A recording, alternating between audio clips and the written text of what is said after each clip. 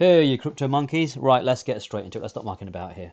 Right, so if you saw my video yesterday, one of the things I said was that even though we have broken some key levels here, on the longer term, on the weekly, it looks like we are retesting this initial breakout, yeah, from 51,000. And as you can see, we came down, we had a wick up, and then we are now starting this week on a green. Now it doesn't mean that will hold. Now if we get a red candle, finish the week on a red this week, I think we're in big trouble. I think we can go further down. But if we now have a green candle day and we can create some momentum and then push back up, then even 100k, 200k, January, February, it's not out of the question. One of the other things to look at as well is, and I've been saying for a while now, 53k, that is a key level. So we need to see what Bitcoin does here. I don't think it will smash past it. I think you might see some sideways action or maybe a little bit of a retracement back, and then we'll have to make a decision on exactly where we are. Now, again, another thing that I've been talking about for, I don't know, how long this has been forming, this bearish divergence. We need to break this. Okay, we need to break it. So it looks like it's coming to the end of its lifespan.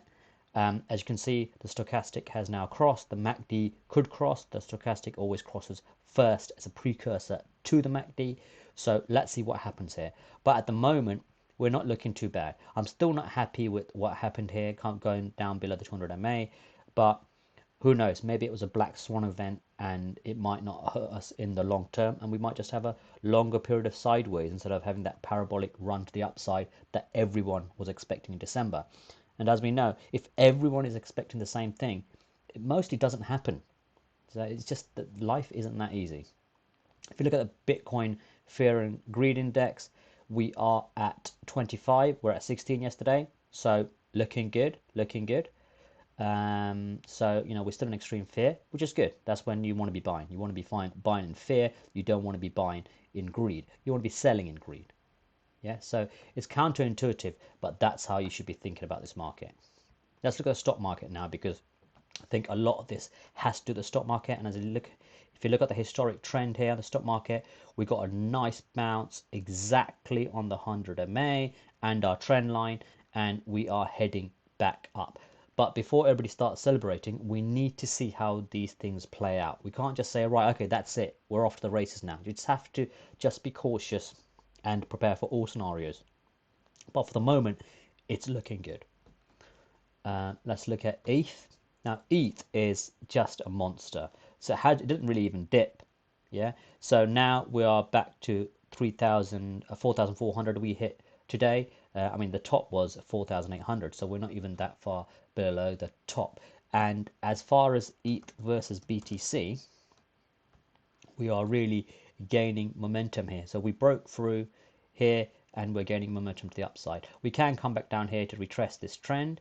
One thing that I will be cautious of is the last time, okay, last few times that ETH has gone up against BTC like this, we went into the bear market, right? So if you remember, in 2017, we had the first pop from ETH against BTC, then you had the last pop, and the last pop resulted in the bear market. Now this, I'm not saying this is going to happen, but I just want you to be cautious of it. When ETH goes up against BTC, it's not always a good thing. Okay, when the dominance actually dies and then it reverts and bounces back, it's people putting money back into Bitcoin, and that's usually as a safe haven. So that's when people are getting out of these risky altcoins, and that doesn't necessarily mean that BTC goes up. BTC can go down and the dominance go up. So you need to understand this.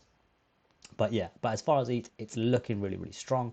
And it really does add more credence to the fact that ETH is really a power now. So you have to be looking at ETH charts and the BTC charts, because ETH can lead the market. It can drag Bitcoin out the gutter.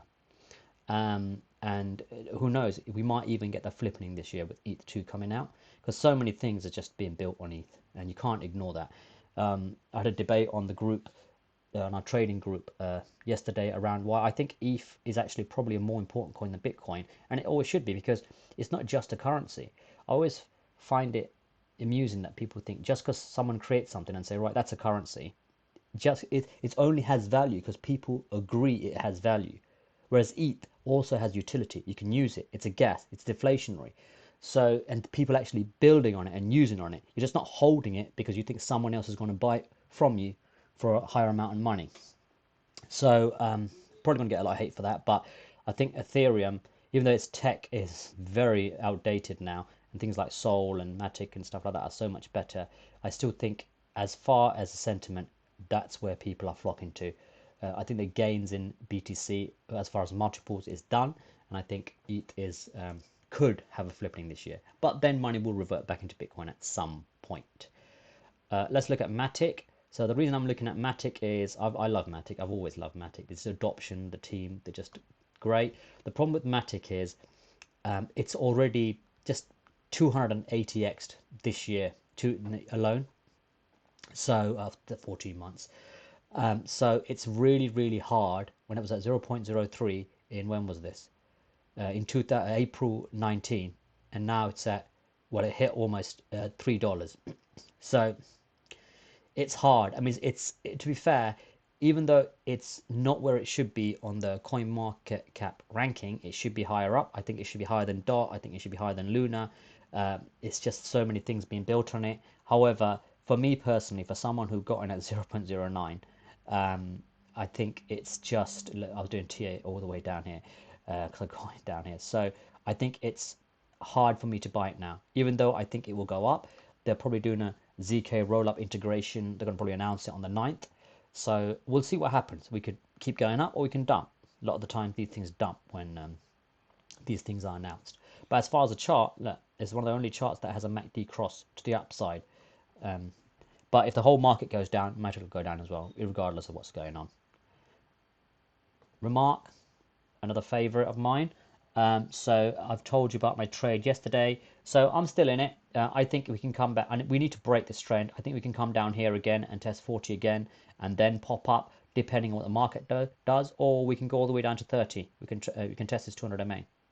Yeah, so that could happen. But for the moment, what you need to do is you can't be too greedy. So if you haven't put any extra money in the market, my last trade got me a lot more remark for nothing, for free. I didn't put a single penny into the market. I've done that now. So I'm not going to keep trading and over trading, because what will happen is at some point I'm going to get it wrong and lose those remarks. So I don't want to do that. So what I'll do is I'll stay put. I'm happy with the extra remark I've got without putting any extra money into the market, and I'll see how it plays out. But there's every chance that it doesn't break out here and we can go to $31 and break this trend. So especially if the market goes down. So be wary of that, and don't get too FOMO'd into any of these coins. Don't fall in love with any of these coins. Understand why you're investing in something. And as far as fundamentals of RMRK goes, it's really good. I mean, it's almost got a fully diluted circulating supply, and I just think trading volume's good. I think $1 billion for RMRK isn't a stretch. Yeah, and there's going to be a supply shock on all the exchanges because there's just not enough out there. So yeah, great coin, great project, great team. So love this. All right, that's it, guys. Short and sweet. Love you, and I'll see you guys tomorrow.